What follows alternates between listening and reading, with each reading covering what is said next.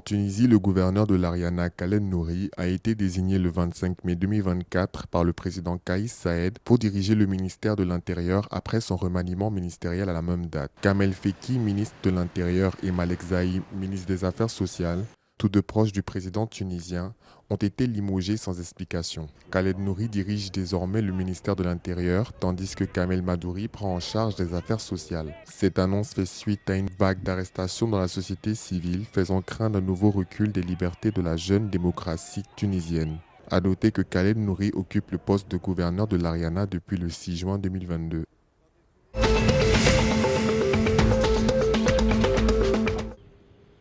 Le secteur du logement en Algérie a connu une avancée significative ces 2 dernières années. Selon le ministre de l'Habitat, de l'Urbanisme et de la Ville, Mohamed Tarek Belaribi, près de 1,5 million de logements ont été distribués entre 2020 et 2024, toutes formules confondues. Le président de la République, Abdelmadjid Tebboune, a accordé une attention particulière aux besoins en logement des citoyens. Lors d'une réunion du Conseil des ministres consacrée à l'examen du projet de loi de finances pour 2024, il a ordonné l'inscription de la construction de 250 000 logements pour l'année suivante. Ce programme comprend 100 000 unités de logements sociaux et 150 000 destinés à l'aide à l'habitat rural. Cette initiative s'inscrit dans la continuité de l'engagement pris par le président de réaliser 1 million de logements entre 2020 et 2024. Des efforts soutenus sont en cours pour atteindre l'objectif d'1 million de logements en 2024.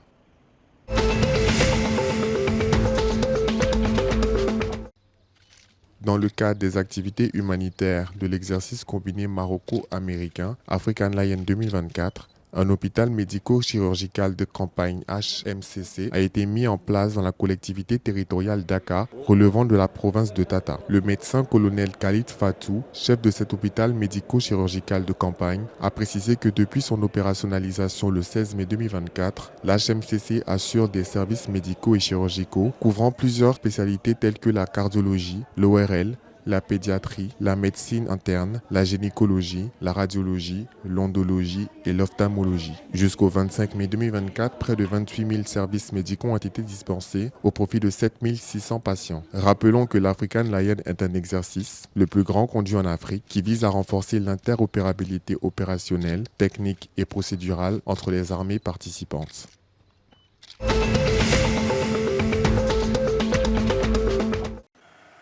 L'ambassadeur de l'Union européenne en Libye, Nicolas Orlando, a réaffirmé l'engagement continu de l'Union européenne envers la Libye pour la préservation de son patrimoine et de son identité pour les générations futures. L'initiative EULEAD, lancée en 2019, a joué un rôle essentiel et renforçant les capacités des autorités libyennes dans la protection du patrimoine culturel. Nicolas Orlando a également annoncé la création de 2 nouveaux programmes visant à renforcer le partenariat entre l'UE et la Libye dans le domaine de la protection du patrimoine culturel. Ces programmes incluent un soutien financier et technique pour protéger les sites archéologiques et renforcer les capacités des Libyens dans la préservation de leur patrimoine culturel.